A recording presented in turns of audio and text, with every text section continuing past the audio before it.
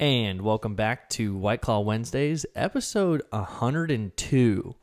We are, man, I can't believe we've breached the 102 mark. I was going to say it's our 2-year anniversary, but that would be 104. Yeah, true. So a couple of weeks away from that. 2 weeks away. Mm-hmm. It's just real nostalgia all the time whenever we start these episodes. Now we're cracking open Blackberries. Yes, which we've forgotten for the past 2 weeks we just keep going. White Claws have a... Oh, dude, I'm just now noticing this purple... The purple cap? Ooh, I think nice. that's new, actually. Let's get these going. That's a good crack. Cheers up. Cheers. Oh, yeah. Okay. Blackberry's pretty fire. Blackberry is good. I think this might be my first time with Blackberry, even though I've had the Variety Pack 3 before. It's pretty good, huh? I think the first time you had it, Blackberry had already been used all the way. Yeah, I think the girls drank it. Yeah, Blackberry's good. Ooh, and I'm loving the purple. Loving the purple. Speaking about the purple. Good color scheme. Speaking of the purple, dude. What? Green Goblin has some purple in his costume. This episode's going to be all about Spider-Man No Way Home. You know... Good transition. I have to talk about it. It feels good to now be sitting in a room with someone who's seen it, who's a bro. Oh, thanks. You know? Ditto. Like a superhero bro. You know, yeah. The superhero love runs deep here. Ryan and I, we've seen Spider-Man together. We've had many Spider-Man discussions, and this movie really was just perfect. Yeah, in terms of the nostalgia.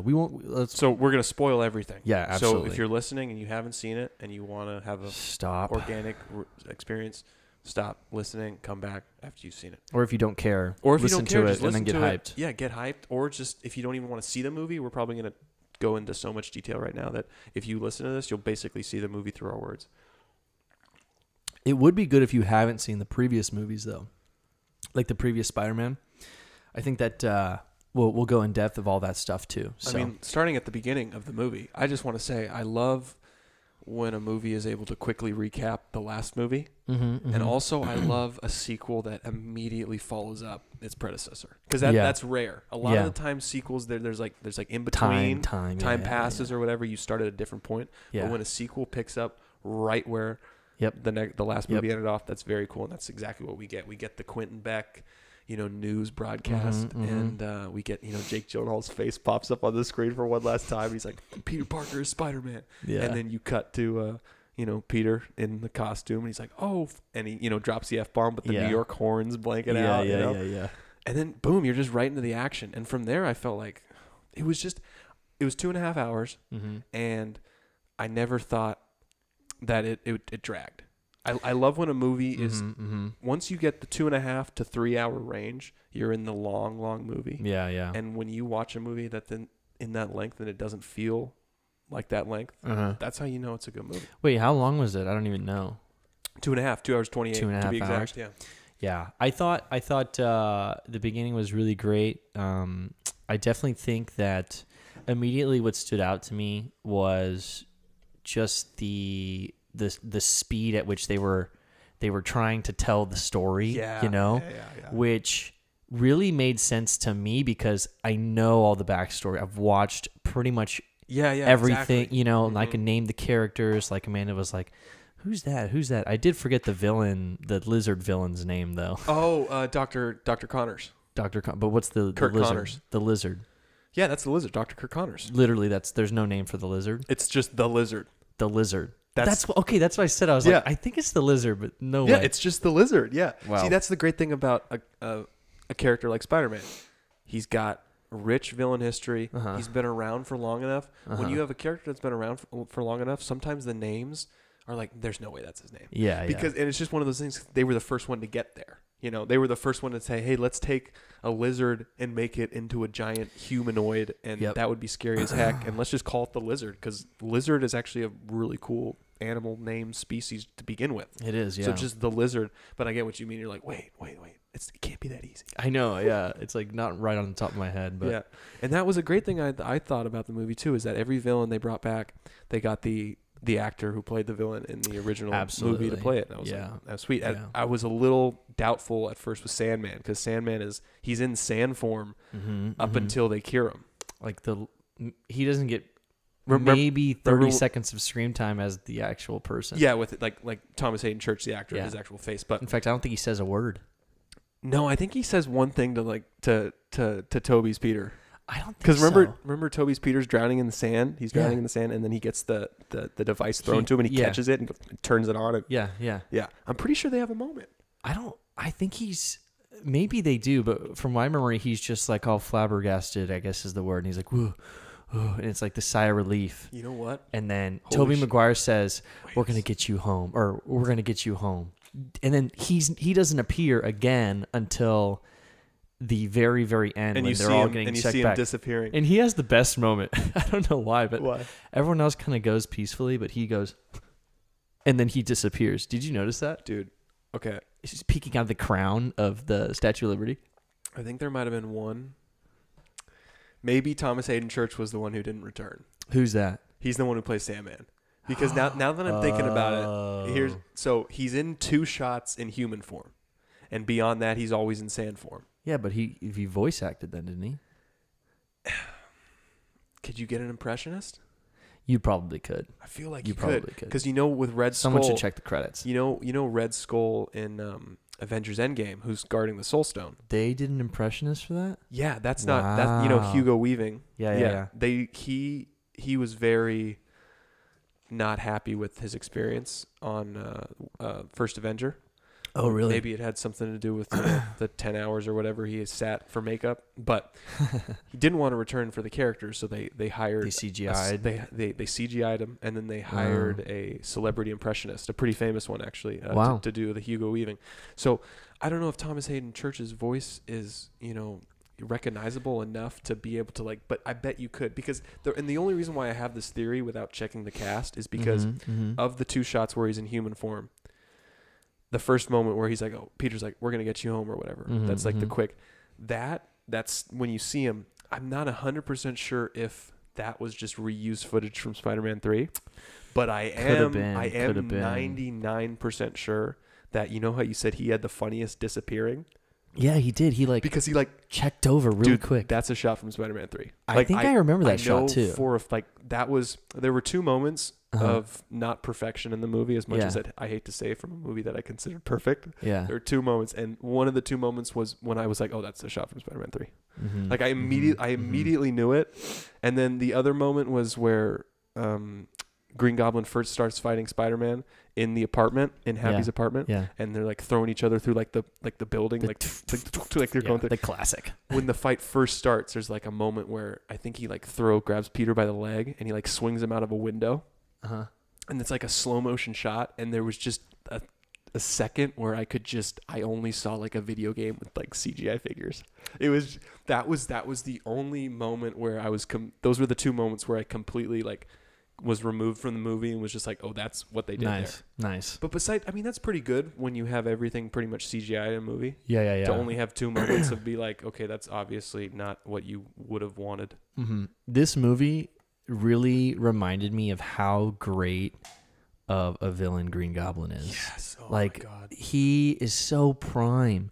And I don't even... who's the actor? Willem Dafoe. Dude, he kills phenomenal. It. The way he's able to switch between Norman Osborn and Green Goblin, just that is. Oh, it's truly believable. And there's that one it's line not in the forced at all. I know. There's that one line in the movie where he's where you're getting the feeling you're what's he there? Yeah. You think he's good, but then he says something. I can't remember who asks him a question. I think Doc Ock asks him a question, and the way Electro, one of the villains, does, and the way he responds, he's like, "I am."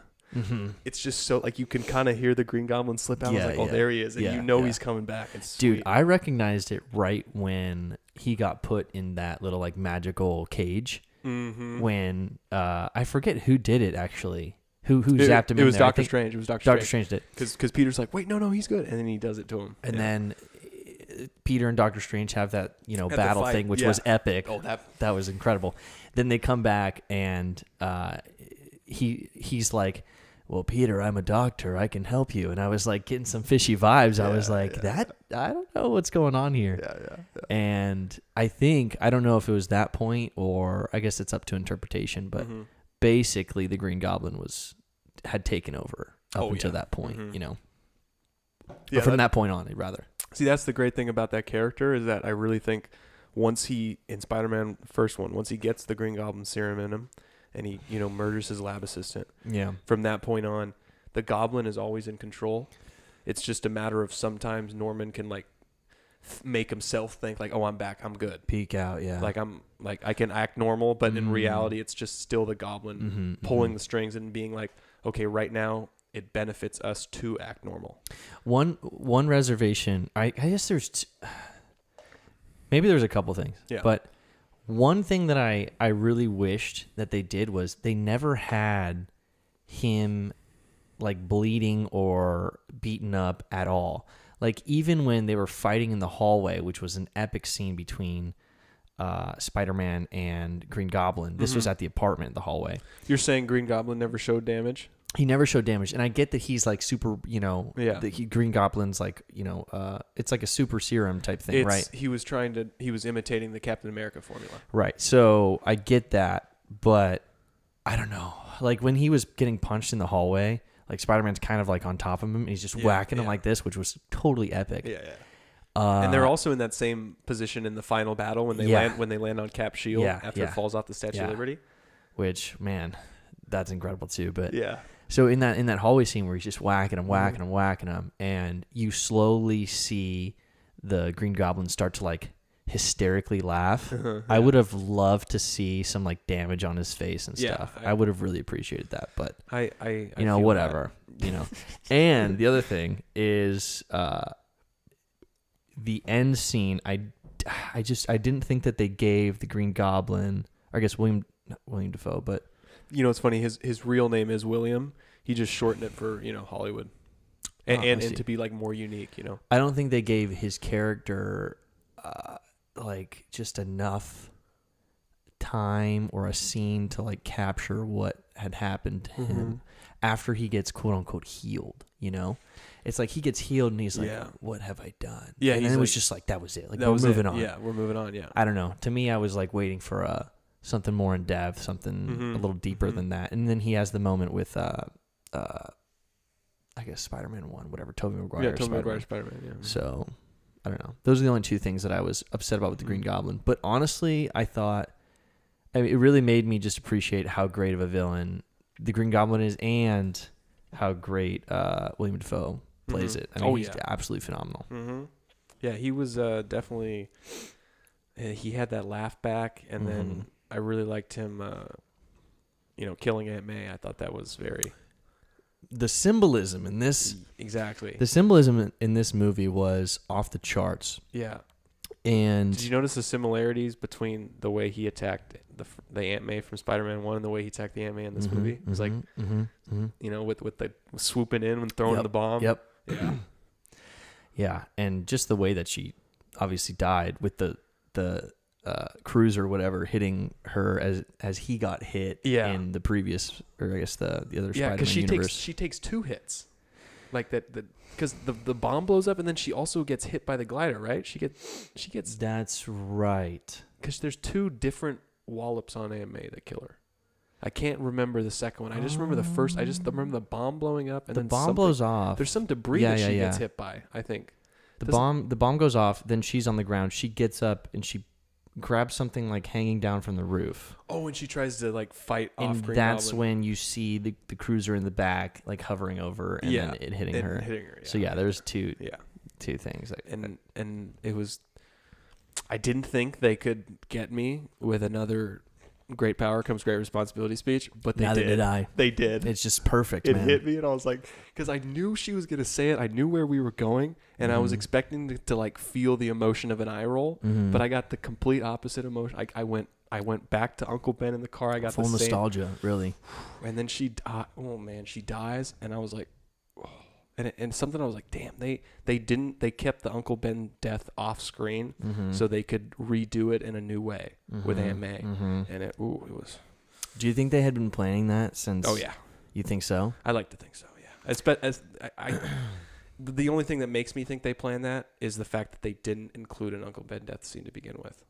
Yeah, they just skipped over it. They skipped over. You know the drill. Uncle Ben passed away. You know they cast. Blah, blah, blah. They casted a great actress. To play Aunt May, and they went for like they knew they were doing a trilogy, so they're like, let's build her up for two movies. And at that point, they didn't even.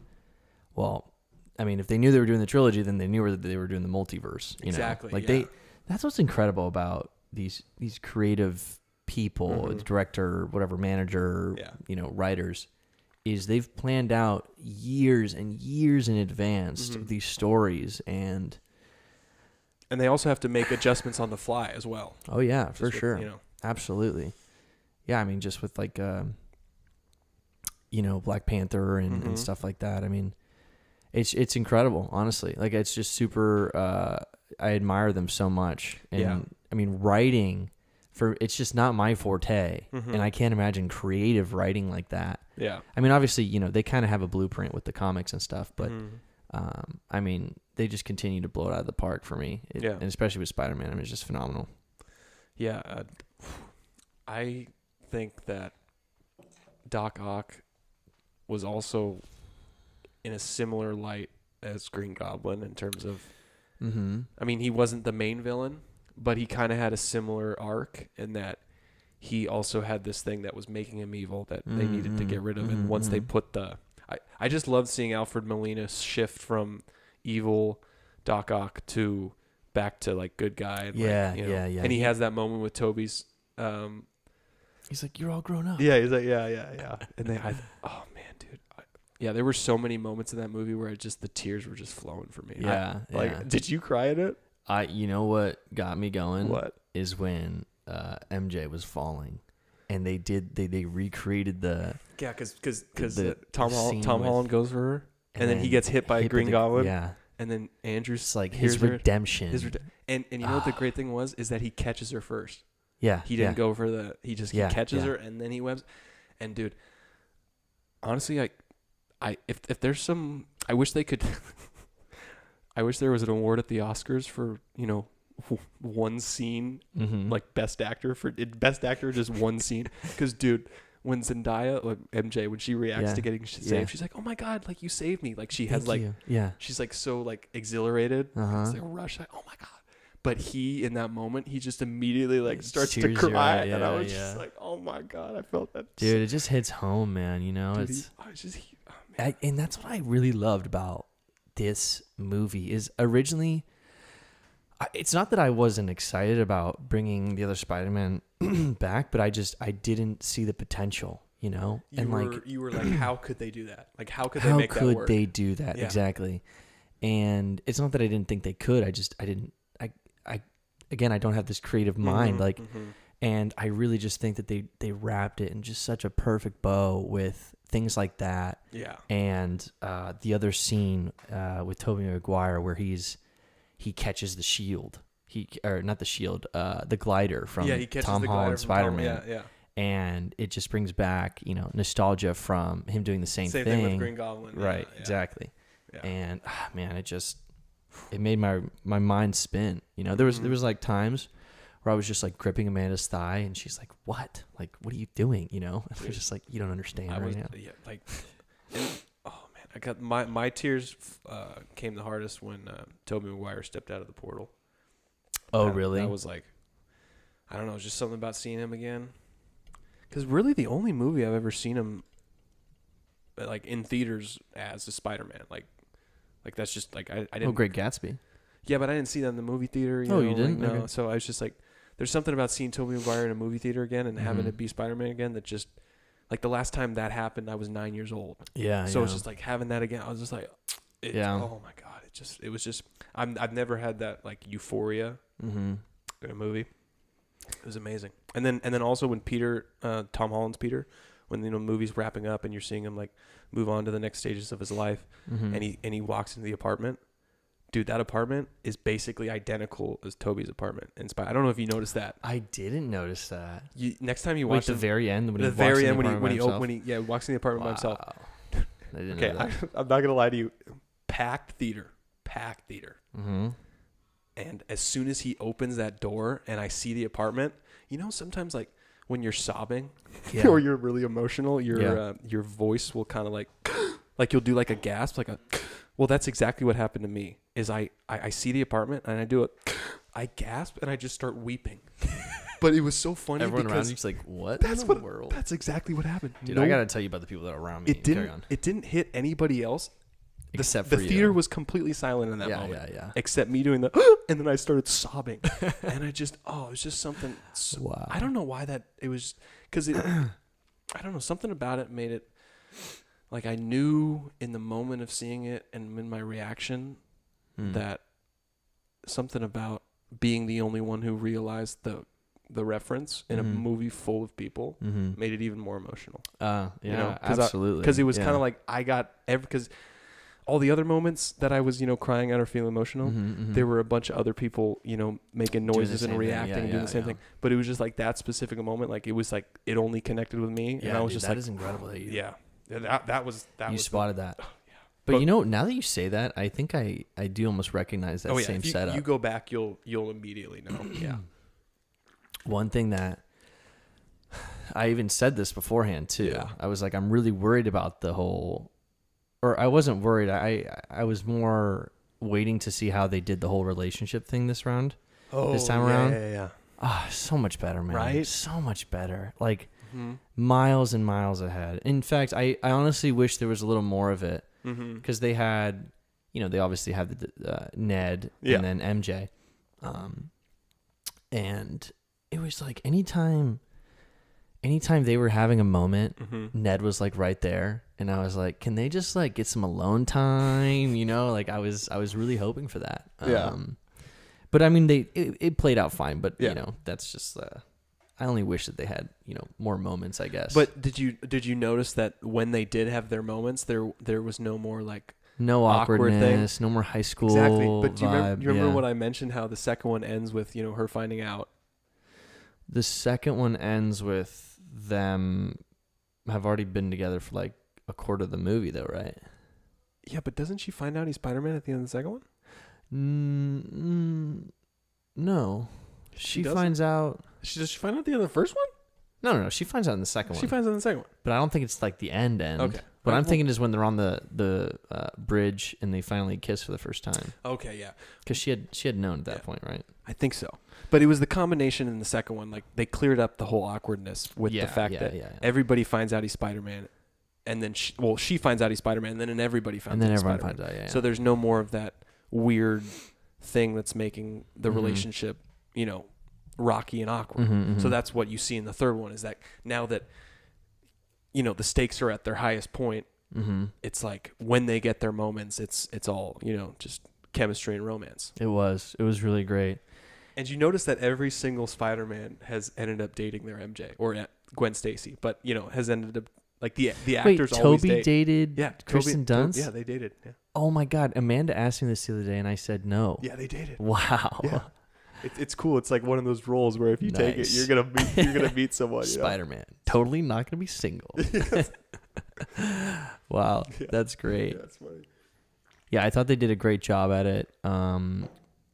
And even the ending, like, major spoiler alert here, but when, and we can get into this too. Yeah, the whole nobody knows I'm Spider-Man anymore. Right, so. Because it's like, okay, I thought that whole spell thing was funny with him, like, continuing to give Doctor Strange instructions, like, this person, that person. Yeah. And then he totally fucks it up. And then at the end, he's just like, okay, let's just go back to plan A. Yeah. Everybody forget me. Everybody do it.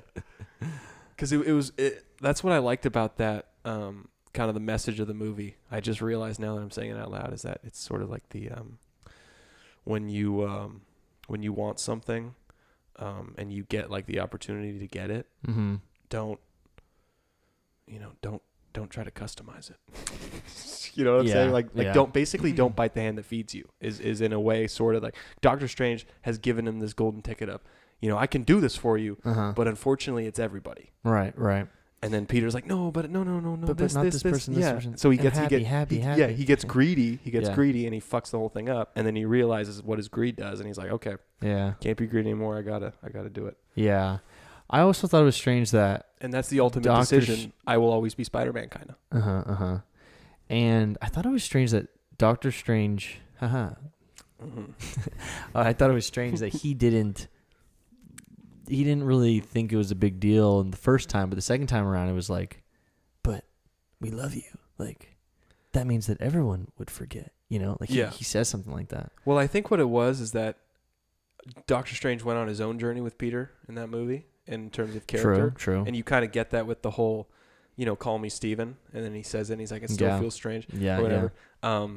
I think that's sort of representative of the fact that in the beginning of the movie, he's just sort of a kid that he went on a mission with. And he's just like, yeah, I'll do this favor for you, whatever. Like I really don't care if I forget who you are because you're just like a fellow work employee in a way. Yeah. But then they go on this whole journey where Doctor Strange sees this side of Peter where, he gets defeated by him. And he gets defeated. So there's like that there's sort of an intellect equal, like, okay, this dude is the plan that he says is going to work is now working. Yeah. Yeah. So he sort of sees Peter in a new light as he goes on this adventure with him. And that's what makes Good point. That's what makes him realize at the end, like, okay, this is going to suck. Like, I'm actually going to miss you, man. Yeah. All right, let's talk about it. Let's talk about the ending, man. So no one knows who Spider-Man is. And it's a little hard to dissect for the future because people know Spider-Man, but they don't know Peter Parker is Spider-Man. Yeah. So, like, when Peter Parker visited Aunt May's grave and Happy showed up, and he's like, how did you know her? Mm-hmm. But it's like, isn't Peter Parker still Aunt May's nephew, And wouldn't they know each other at that point, but not know that he's Spider-Man?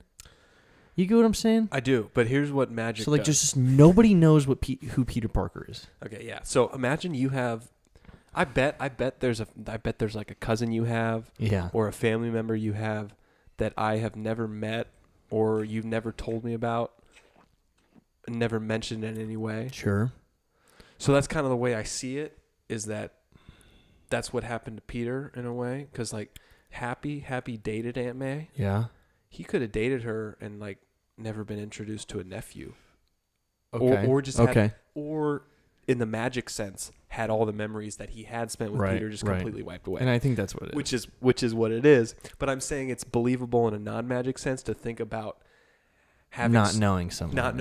Yeah, exactly. For sure. To not be confused by it, I just think it's important to be clear about the parameters when we're trying to predict things going forward. Yeah. It's like Spider-Man's still in the Avengers. He's still a hero. Yes. It's not that nobody knows Spider-Man. It's just that now everybody is nobody knows of him Peter as Parker Spider-Man. at all. You know? Even the people that he lived with, apparently.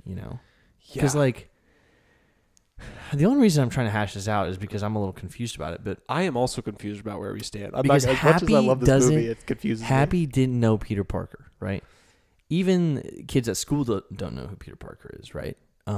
So you're saying wait. Happy did know Peter Parker, and his kids at school know Peter Parker. No, but not anymore. They don't know Peter Parker anymore. Is it that they don't know that Peter Parker's Spider-Man, or they don't know that Peter Parker's a thing and that it exists?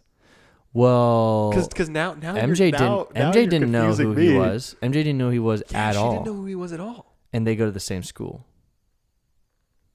So, dude, nobody knows Peter Parker we had it wrong. At all. It was even more of a "don't bite the hand that feeds you" lesson because he doesn't even get the same meal at the end. Like, what do you mean? I mean, the meal he's first offered by Doctor Strange is everybody forgets you're Spider-Man. And then he fucks it up. He bites the hand. He doesn't get the meal. Yeah. And then the meal he ends up having to take at the end is nobody knows who you are at all. Yeah. Like, at all. So maybe that was like that was sort of the moral of the story there. Yeah, the moral of the story is, oh my God. What? Here's the moral. If you don't let everybody know who you are, then nobody's going to know you at all. If you don't let everybody know who you are, then nobody's going to know you at all. Because think about it. He doesn't just accept the fact that everybody's going to know he's Spider-Man. He doesn't roll with that. Yeah. Because Spider-Man is who he is. It's a part of him. Right. He's Spider-Man. He has this desire to save people. With great power comes great responsibility. He refuses to let everybody know who he is, truly. So the consequence is nobody knows who you are at all. I see. If you're not going to... It's full circle. Yeah, it's full... Exactly. Yeah, if you're not going to 100% let everybody in, then you're going to 100% be shut out by everybody. Yeah. So nobody knows who he is.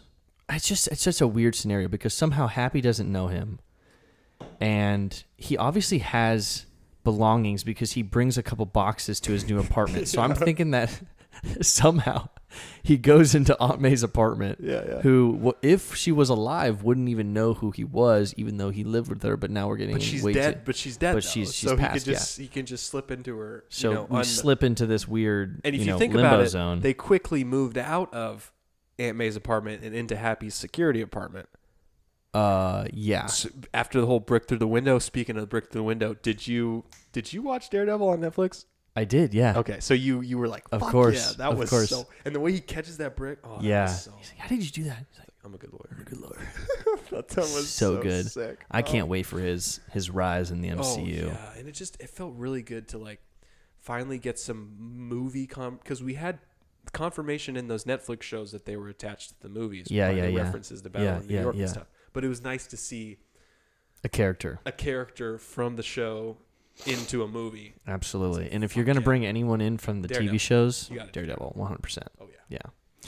So I'm interested to see how the evolution of Spider-Man the superhero is now less or more so than the evolution of Peter Parker. Like, I'm interested in seeing who Peter Parker is in the future now. Yeah. Obviously, because no one knows him. Like, where does he go? He's on his own. He looks like he was getting a GED at the end of it there. So because he had that book that said GED. So he's not going to MIT. He's leaving MJ and Ned to go just be Spider-Man.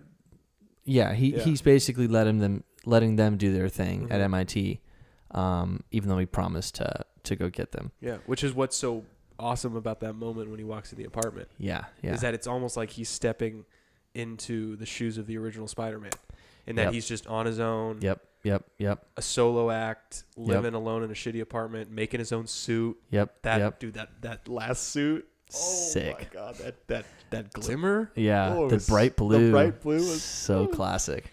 God, that shit was so funny with him. Yeah. Man, that movie was good. Fuck. It was like that ending scene where it like super zooms into his mask. It wasn't even 3D, but it looked like it was 3D to me. I was like, what just happened? As he's like falling into the camera. Yeah, the movie cuts. Yeah. That's fuck yeah. That was cool. And did you stay for both after credit scenes, or? I didn't stay for the second one, but I saw the Venom. So the second, Venom. it's funny thing about the second one is you didn't. The second one wasn't really an after credit scene. Marvel's done this before. I can't remember the last time they did this, but they have done this before, where they make an after credit scene just an advertisement for the next movie. So if you stayed after all the credits, you got a quick trailer for Doctor Strange into the Multiverse of Madness. So and then it ends with Doctor Strange will return. So it felt kind of weird. It's like, okay, I just saw a Spider-Man movie, but now die. Yeah, he didn't die. But yeah, no, Doctor Strange into the Multiverse of Madness looks pretty cool. It shows Doctor Strange going to Wanda in the place where she last leaves, and WandaVision in the woods or whatever. Nice. And he's like, I need your help. Obviously, because we got to do a movie. So let's do this thing. Because the people need some story. So you got it's Hollywood. We need a team. I need a multi-million-dollar contract. I mean, you know the deal. Yeah, so I'm interested to see, I guess, how they portray Spider-Man in the future, because he's part of the Avengers. He's part of the history, but none of the Avengers know who he is. Yeah, none of the Avengers know his identity. No one does. Absolutely no one. You know what I'm trying to So think he's still part of the crew. Who knew his identity before this movie? Tony Stark, who died. Pretty much all the Avengers. Did he have his mask off for most of it? Yeah, he did. Yeah, he did. He definitely did. Yeah, he did. Definitely, because he introduces himself as Peter Parker to Doctor Strange in the Civil War battle, and he's like, "Oh, we're using our." Well, no, that's in Infinity War, because he's like, I'm Peter Parker, nice to meet you, and then he's like, Doctor Strange. Oh, that's right. That's right. We're using our meta names. Yeah. That's right. But yeah, I can't like, it, you know what? If you nitpick through all the movies, you could probably figure out. There's probably certain Avengers who never saw him without a mask off. Because if you think of how big the battlefield is on Endgame, there's probably some characters that came in just for that battle who never really saw him without a mask and weren't in Infinity War, and vice versa. Yeah. So there's probably like a select few of Avengers who do know it's Peter Parker and can associate a name with a face. Well, everyone who was there for Tony Stark's death scene would know. Would be like, who's this kid? Yeah. Be like, oh, that's what what I thought was funny about that scene is that they include the kid from Iron Man 3. who Tony teams the up with. kid from Iron Man 3. Oh. The kid, like, remember when Tony, his suit breaks down and he meets that kid in the small town and he starts hanging out with a little kid? Oh, I wasn't talking about that scene, but yeah. But you were talking about the funeral scene, yeah. I wasn't. Oh, you weren't talking about the I was talking funeral about when he died, and he's looking at Peter takes off the helmet. He doesn't take off the helmet, but it like goes nanobots back or whatever. Yeah, all cool. Yeah. Man, imagine having a suit like that. It just went on like that would be so like nano. Like, okay, so nanotechnology is a thing that movies have made not a thing. Like, they've taken something that's real and then totally made it the complete. Like, they've lied about what it is, right? That's what they're doing. I mean, 100% is not nanotechnology is a real thing, right? Dude, is it a real thing? I have no idea. I don't even know if it's a real thing. I've never heard of it. Or did Hollywood literally make up a science that's not real? I think the idea of nanotechnology is like something so microscopic, but it's a computer, that type of deal. Yeah. So but I don't know. I really don't know. Yeah, no. Like, what would nanotechnology be? It's definitely not what's in those movies. No, That's definitely not what we have right now. It's just a cool name. You know? It is cool, and it looks cool too. Yeah. It looks cool. The way he does, like, he's rocking like the Vans with the suit on the freeway. Yeah. And he puts on the Iron Spider. Yep. Oh, and I loved how that it just shoots on too. How just instant. And I love how Doc Ock's arm gets overrun by the Stark Tech. Oh, the nanotech. Yeah. I thought that was really sick. It was cool. Like, that makes perfect sense because like, his tech's from like 2004. Right. We're dealing with a whole other comic book universe that has way better shit. And I also loved how they took the arc reactor and put it on Jamie Foxx's Electro, and that was like the way he got more powerful and controlled his shit. And then I loved the really joke. Dumb move. There was a couple dumb moves. I was just like, oh god, they're really trying to make a movie right now. You know, it's like you're leaving the lizard guy in the truck. Yeah, like, okay, you're leaving the lizard. Here we go. And then also you arc reactor right next to Electro. Yeah, and they put that one thing on him, and Peter's like, okay, once this green light goes all the way around, boop, you are cured. Yeah. He's like, he's like, it's like a countdown to have him debate whether or not he wants to be a good or a bad guy. But I thought it was funny to have Jamie Foxx just have that line about like describing Spider-Man and be like, I just thought you were black. Yeah, I thought that was great too. Because I really thought like Jamie Foxx went full goofy on this performance. Like he really he was being a jokester. Yeah, he embraced the campiness of being in a comic book movie, and it was funny. He was either making a joke or he's like, I'm gonna kill everybody and be the evil villain. It was just one or the other. It was one or the other. Yeah, which is so like 90s comic book camp, like sort of like Jim Carrey Batman sort of type of acting. And I thought that made sense. I thought that was him having a realization to himself of, okay, I did this character once before. I took it seriously. Everybody shit on it and made fun of it because I fell into a vat of electric eels and got my gap in my teeth fixed. So he's saying that to himself, and he's like, okay, this is stupid. Let's use that energy and let's just be stupid in the performance. Be goofy and funny. I thought he did a good job. I thought it worked. I loved how many references there were to how stupid the whole pool of eels was. I thought that was like, people were just like, what? Really? Like, that's what happened to you? It's true. I love when Ned's like, can you ask Peter if this is like a villain that turned into a tree, or how did it turn into a tree? And he's like, it's just a tree. Yes. I don't know why. I was just like, I died at that. Yeah, dude. I mean, God, Jamie Foxx is a funny guy. You know, he started out as a comedian. I didn't know that. Started out as a comedian. Jamie Foxx is not his real name at all. I did know that. He came up with that stage name as a comedian starting out in L.A. because he was like, if my name is Jamie Foxx with 2 X's, people are going to think I'm some, hot girl, some hot chick. And they're going to be like, what? A hot girl performing stand-up comedy? Let's fucking move her name up. And here he is, I fucking love that story. It's so awesome. What's his real name? I have no idea. I like to think he goes by Jamie. I like to think all his buddies call him Jamie at this point. But wow. Yeah, that's awesome, dude. Yeah, it's good stuff. Kind of see it with the 2 X's. The 2 X's sort of, porno, kind of he's 1 X away from being triple X. Yeah, that's true. Okay, here's another thing. Uh-huh. The villains came over. Doctor Strange explains why the villains came over because they all know Peter Parker Spider-Man. Is that what? Because now that I'm like thinking back on the movie, was the reason that they all died fighting Spider-Man, or they all knew Peter Parker was Spider-Man, or was it both? Because they don't all apply, because Sandman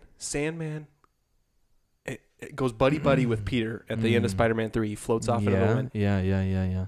Eddie Brock gets blown up and he dies fighting Spider-Man. Who's Eddie Brock? In the Venom in the end of Spider-Man 3. Remember Topher, that 70s show. That 70s show gets blown up. He knew Peter Parker was Spider-Man. He didn't show up in this movie.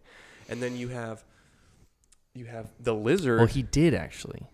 Yeah, okay. But he's in a different dude. It's a little hazy there, right? So here's the theory on that.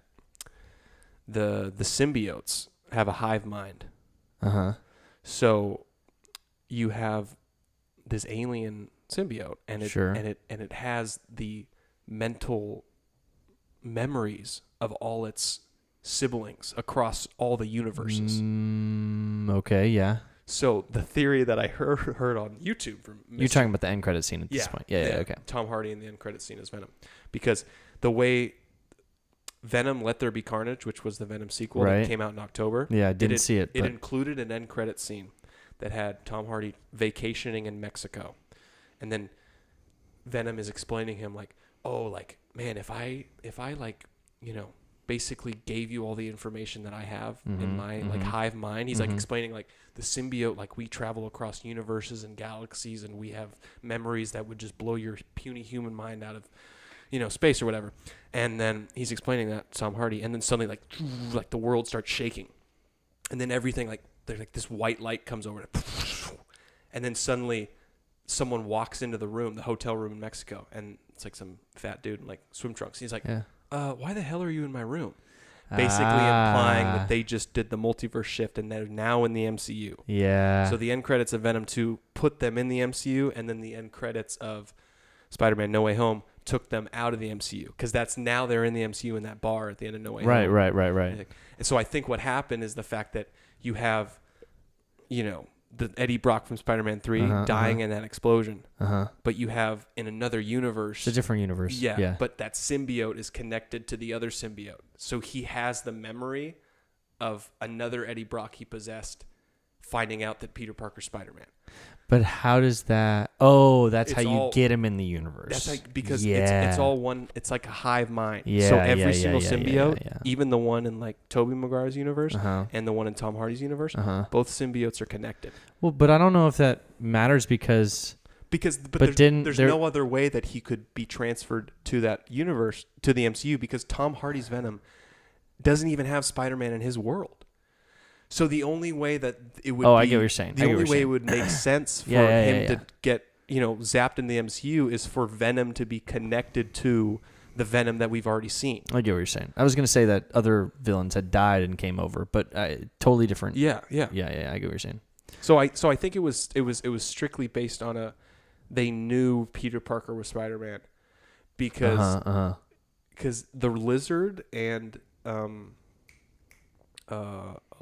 actually Electro died, but the Lizard, just like Sandman, didn't die at the end of his movie. I can't remember what happened to him. At the end of Amazing Spider-Man. Yeah, the Lizard gets cured and he goes to prison. That's right. Yeah. So, but he still has that weird eye to him, right? At the end. Yeah, he does. Yeah, still's got the weird. He's not like perfect. He's not perfectly cured. Right. I do remember that. But that's what I thought was interesting in the movie, was the fact that it kind of seemed like they were telling us two reasons why all these villains were back. It felt like one reason was they all died fighting Spider-Man, because there's that scene where they're all talking about their last memory. And Electro did die fighting Spider-Man, and he's like, and that, oh shit, I died. I think I was going to die. Yeah. So they I felt kind of murky on, like, do you remember, like, if someone was to ask you right now, like, why did the villains return? Would you tell them it's because they all died fighting Spider-Man, or it's because they all knew Spider-Man was Peter Parker? They all knew Spider-Man was Peter Parker. That's what I would say. Because that's how it was sort of explained. But Electro didn't know I think he did. In Amazing Spider-Man 2, I don't think Electro ever finds out that Peter Parker is Spider-Man. Maybe at the end, does he? I really don't think he does. I don't know. Maybe at the end. I don't think he does. I think maybe not.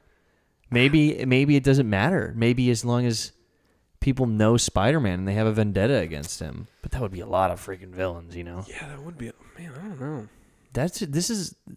This goes above our pay grade, I think. Yeah, these are deep questions. these are questions that require... I need some serious like internet warriors to figure this one out. We need research and nitpicking. Of, like we have to rewatch The Amazing Spider-Man 2 to pretty much figure out if he knows who he is. Yeah. Yeah. So what do you think about the Venom symbiote being left? Yes, being left in the MCU. Yeah, I love it. And how does that happen? Because everyone else left. Is Fully. It just like your spit gets to stay? Is that the vibe? No, I think that is, again, linking up with my theory about that I got from the internet from Mr. Sunday's movies. I don't like to be a fraud here. But the fact that the symbiote mind is connected across all universes. So they're able to they're such an advanced, alien that they can travel between universes. So the symbiote in Venom's universe is linked to the one. I think he's aware what's happening. Like I think he knows. Like in that scene, in the end credit scene of the second Venom movie. Yeah. I think Venom is aware of why the hotel's shaking and that they are going to another universe. I think he could, because of his hive mind, and he has these experiences from all these other symbiotes that have lived in other universes, like Topher Grace's. Yeah. So he's able to be just as aware at the end of No Way Home, that end credit scene, when they're getting pulled back. He knows, like, okay, we're going back to where we live, so let me... And he's also not the one asking questions. Exactly. He's like, he just said that. Yeah. So Venom's thinking, okay, I'm going back to my universe where I can continue to tear shit up, but why not drop a little bit more of me to have some new fun over here? Yeah. Which I think makes sense because they've established Tom Hardy's as an anti-hero.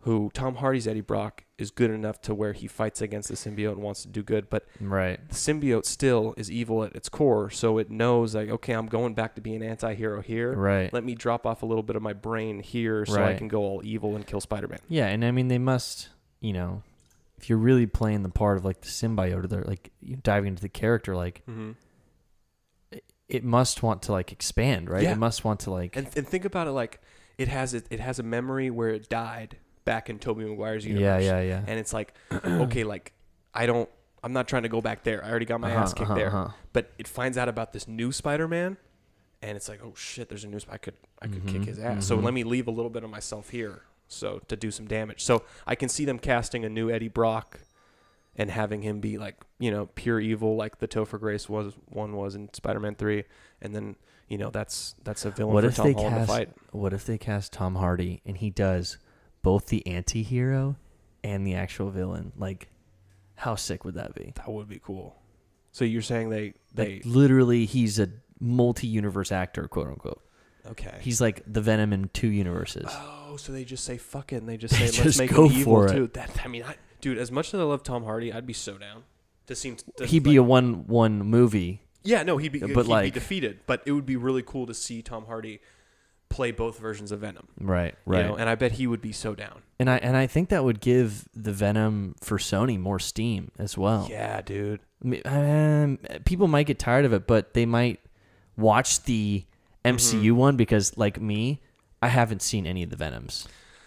These new ones. The new ones, yeah. Well, I guess there's only a couple Venom movies. Yeah, there's 2 of them. Standalone, there's 2 of them, yeah. But that's the thing, though. It's like, I agree with you because I would love to see...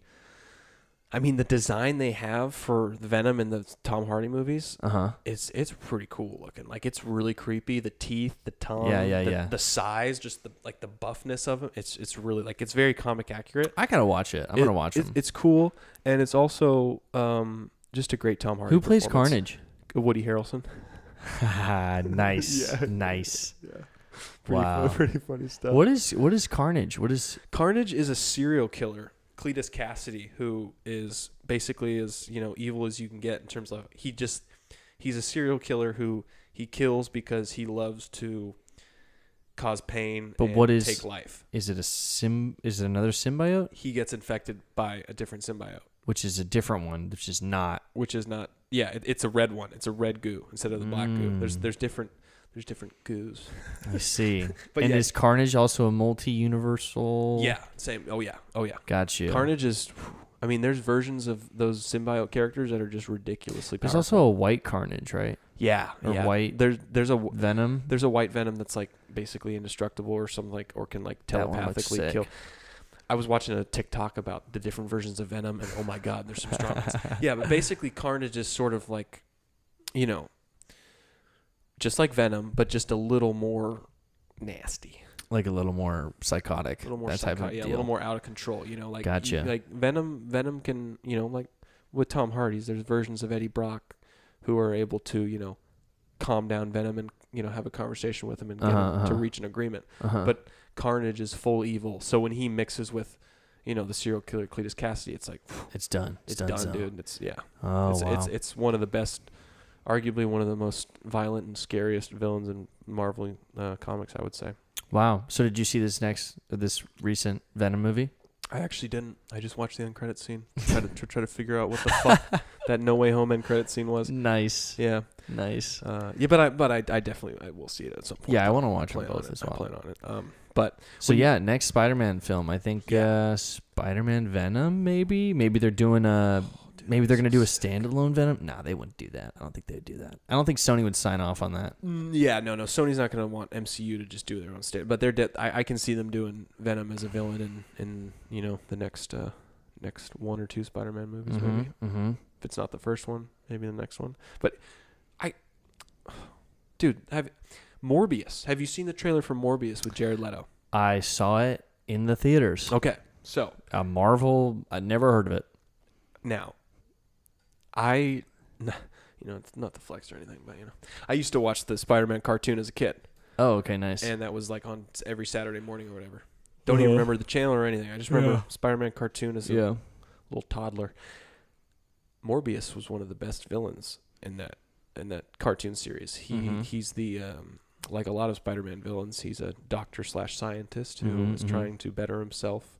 Trying to create something new. Basically trying to cure himself of a disease, and he goes you know, hunting for bats in Transylvania, and he gets bitten by a very powerful vampiric bat, and he comes back to New York City and tries so it's not his own creation. No. He's trying to figure out a way to live. Like he's already exhausted all his what I can do as a scientist/doctor. I've tried everything. So let me go to some, you know, ancient place that half of the people don't think is real, and you know, go into a cave and see what's up. Got you. So, yeah, Morbius was a great villain in those cartoons, and now you have Jared Leto doing a Morbius solo movie, and this movie is confusing me even more than we're already confused just talking about what we've already talked about, because this Morbius movie has a shot of Jared Leto, you know, like running through like an alley or something, like doing something superhero. Wait, has it come out? The Morbius movie? Yeah. No, it comes out in January. Oh, you mean the trailer? But I'm saying the trailer is causing confusion, because the trailer has a shot where there's street art, there's graffiti that has Spider-Man on it, and it says murderer across Spider-Man. It's like a painting of Spider-Man, murderer across it. But the Spider-Man that's painted is Tobey Maguire's Spider-Man. It's that suit. Wow. And then you have at the end of the trailer him like making a joke to that one guy. He's like, "Who are you?" And then he's like, "I'm Venom." And he's like, "No, I'm just kidding. I'm Dr. Michael Morbius." So he kind of like does like he imitates Tom Hardy's Venom and pretends, "Oh, I'm Venom."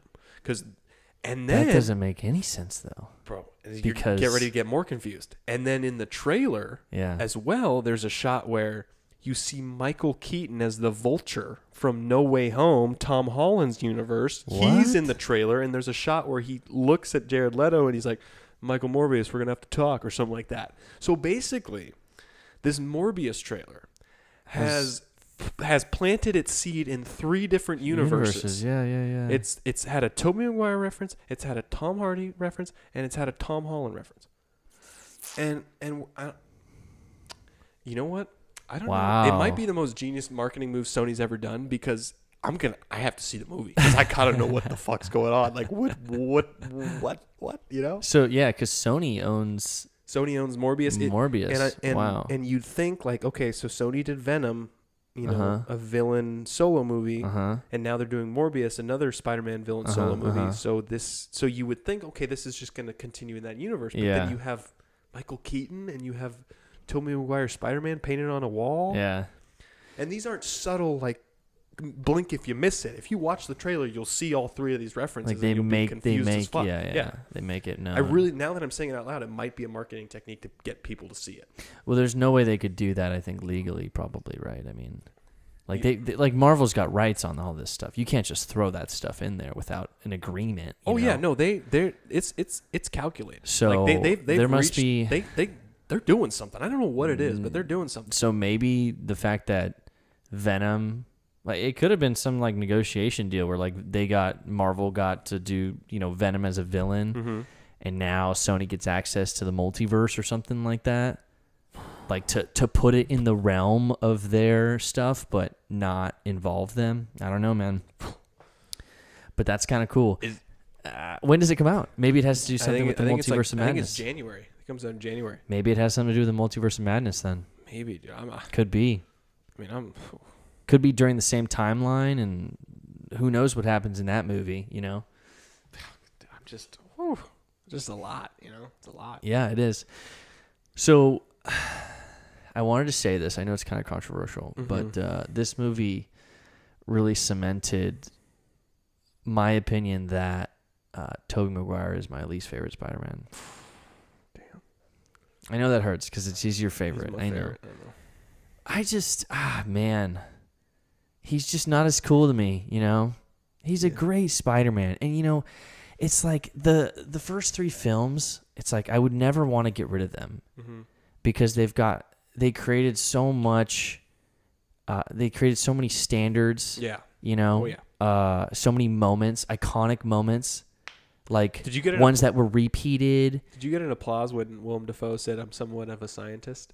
No, I didn't. Okay, because that's a big internet meme from the very first Spider-Man. I'm somewhat of a scientist. He's like, when you're first introduced to Willem Dafoe and James Franco, and they're right in front of like, you know, they're on that school field trip. Yeah. And Harry's like, "Oh, this is my friend Peter. Like, he's super smart, good at science." Yeah. And then it cuts to Willem Dafoe, and he's like, "I'm something of a scientist myself." And then it's been turned into a meme where it's like, you like, when you fix like your you fix like your toaster or something. I know you're talking I'm something about. Of a scientist. Yeah. Oh, so wow. when he has that line in the movie, and my whole theater was like, "Wow!" It's funny. Now, dude, I had a guy sitting next to me who's literally, oh my god. Okay, because I had a person sitting next to me that was just driving me up the wall too, Ryan. And that's how you know a movie is good, is when you can have someone so fucking annoying next to you, and it still doesn't ruin the movie. Bro. Well, what was your guy doing? It wasn't even annoying to me. I had a girl it was doing just insane to me. Start of the movie. Okay, I'm at a loss for words. Start of the movie. Yeah. Okay, like entry scene, beginning. Like it's not. We're not even past the whole. Oh my God! Everyone knows about Spider-Man thing. Like I think it's right when the girl's like trying to cancel Spider-Man. Like he hit me. He hit me. Yeah. I thought that was hilarious. The guy starts snoring. Oh my God! I swear to God. Okay, Ryan. He starts snoring and loud. Ryan. And his wife looks at him, like snaps her head to the right, and just like looks at him in disbelief. And I'm just like, is this happening right now? And I'm like tapping Amanda. I'm like, oh my God. Yeah. What time is this showing, by the way? What time of the day is this? 6:15 p.m. 6:15 p.m. Jesus Christ. Like not even late. That's not even nap time yet. Yeah, I mean. That's in between the time of taking a nap and going to bed. I'm honestly worried about his health because he was snoring so loud at multiple parts during the movie. Like his wife kept like nudging him to wake him up. Okay, well at least she was there to help out. You know? Yeah, and so he was snoring super loud at multiple parts during the movie, and then was there ever like an action scene where like an explosion or a big noise would happen? And he woke up, or the noise would die down and you would hear his snoring come back in, like he stayed snoring through the loud. Yeah. Because that's always funny. No, he was a heavy sleeper. I mean, his wife was like trying to wake him up, and it took like 10 hits. Oh my God. Yeah, and again, I'm Dude, that's hilarious that you get that, because what I had was, you know, neck and neck. I mean, we can let listeners decide which one they'd rather have in a movie theater. Sure. I had a girl who would not stop looking at her phone. Oh my God, Ryan. That's so distracting. I'm talking like every 2 minutes she would check that thing. And not only would she check it, so annoying. She was scrolling social media. what are you doing? Oh man, and what are you doing? And That's more annoying. Dude, is Mine's it more funny. Mine's funny. Like it's hilarious, and but it's so fucking that's annoying. bright. It's so bright, and I'm she's got the brightness on full. exactly, and like I'm sitting next to Gracie, and like I'm kind of leaning towards her. Yeah. Just because I just cannot stand this toxic energy over here. I just have to be as far away from it as I can. Absolutely. And I also figure if I'm kind of like leaning forward and leaning into Gracie's side, then that way I'm like blocking the light and she's not distracted by it. Yeah. But I mentioned it to her afterwards and she said, yeah, I also noticed that the whole time. Wow. But I was so happy that I think we're maybe like at the hour 45 mark of the movie. And it started out as like, okay, let me check every 2 minutes. That's what it started out as. And then it turned into, okay, let me check and then scroll for 5 minutes, put it down, check again, scroll. And then it got so bad that I was just like, I had just like 10% of just a little part of my brain just debating on whether or not to say something. But then I had the angel and devil on my shoulder with the whole, don't do it. The angel was like, Frank, these kind of people, like when you say like, just makes it worse. It makes it worse, exactly. Yeah. And then the devil's like, oh, fuck her. This is like, what the fuck is this shit? And then finally her friend taps her on the arm and basically whispers, hey, I don't know what she whispers, but this is what I'm assuming it went like, hey, put your fucking phone away. Hey, that phone screen's really fucking bright. so she puts the phone away for like 10 minutes. And then this is all corner of my eye. You can really get a lot of the corner of my eye. Yeah. But I see her like do the classic, like she puts like her jacket over. No way. And then she turns down the brightness all the way. And she just has the jacket like this and the brightness down. And what are you doing? So she was on her phone the whole movie, but I am happy the friend said something because at least we got there was no like shining light. Like I still knew it was happening, but at least there wasn't the blinding light coming from there. But right. Man. And then there were and there's also like other moments in the movie too where like I see like a cell phone light like 3 rows down pop up, 2 rows to the right. It's so obvious. And that's the thing about seeing these huge movies is I'm going to do a PSA for everybody listening in the future and now. Don't go to a fucking movie if you don't want to see it. Okay? Yeah, just 100%. Come on, guys. What are we doing? Yeah, I agree. Because I know that's what it is. I know you got a party of 5 people and 4 of them are like, oh my God, the new Spider-Man movie. You're like, oh, I'm going to hang out with you guys. And their 5th one is like, yeah, I'm not doing anything. I'll just tag along. Yeah. And then they get bored as fuck because like you said, it's movies moving fast. If you don't know what's going on. You don't know. You don't know. Yeah. So she probably didn't know what's going on. So I'm just saying, like, just come on, stay at home. And tickets are expensive now. COVID is surging. Dude, don't go to the movie. Get this. Yeah. Amanda and I watched that movie for $10. What? Like together, $10 in total. Oh, because you went to the $5 here, dude. $5. Well, not here in Anaheim Hills. $5. Yeah. Right, not the nicest theater. I'm just gonna. But it's okay. It's great. I'm just gonna say what I spent on the 2 tickets just to put everything in perspective. 26. Oh, right. You wish. 30. You can keep not going. Including concessions though. No, I'm not including concessions, Ryan. Okay, so first issue we're hitting. Did you go on the premiere? IMAX. Okay, we got IMAX. Okay. Number 1, IMAX.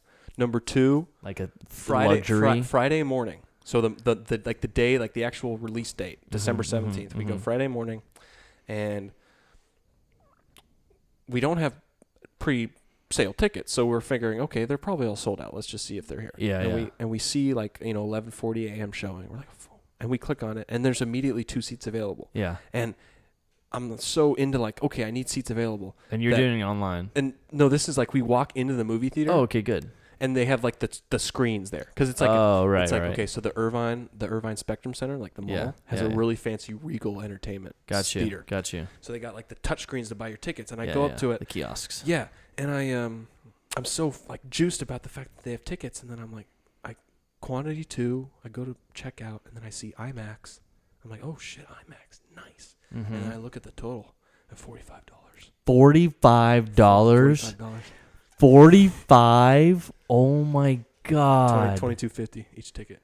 Jesus Christ. It's I think it's a combination of 3 things. A brand new Regal theater. I'm talking when you think of like the Regal logos. Yeah. Think again because they've rebranded. They're like more orange now and actually more orange and circular. Not I don't like it as much, but yeah, they've rebranded. Yeah. And this is like a brand. This theater feels as remodeled. It's like state of the art stuff. It's state of the art stuff. Yeah. And then IMAX. And then Irvine. That's it right there. And you get $45. I can see it. Tickets. I can see it. Yeah. Yeah. So that's why when like Sam and Scott are on their way to see the movie as of now, and they asked me to go, and as much as I wanted to go, I'm just like, well, I kind of already bought 4 tickets for that movie, and I saw it once. Or in my case, 8, 9. You said 45. 45. You bought dude. 9 tickets here. Tickets. How many times did you see Spider-Man No Way Home? God. Oh, I saw it 9 times. Dude, that only makes once. that makes the texture even worse though. Like you paid $22 for this. Yeah. God. And you know how powerful this movie was for me is the fact that she was texting during like the Toby reveal scene when the Spider-Man were coming out of the portals. Like Get out of She here. was literally texting the whole movie. Oh my God, that's so annoying. And the movie was so good that it didn't even kill my vibe. Yeah. Like, that's how good the movie was. Yeah. Like she was not. Doesn't matter how many fucking phones she took out. She could not defeat what was on that screen. She's got them like cards laid out, like in her hand. She pulls out a portable TV and an Xbox and starts gaming. Wow, man. What are we at? We're at 105. We should probably close out right now. Close it up. All right, dude. All right. Here's to a great fucking movie, man. Great fucking movie. Love Spider-Man. Great episode. 102. 102. Peace out. Thanks for listening, everybody.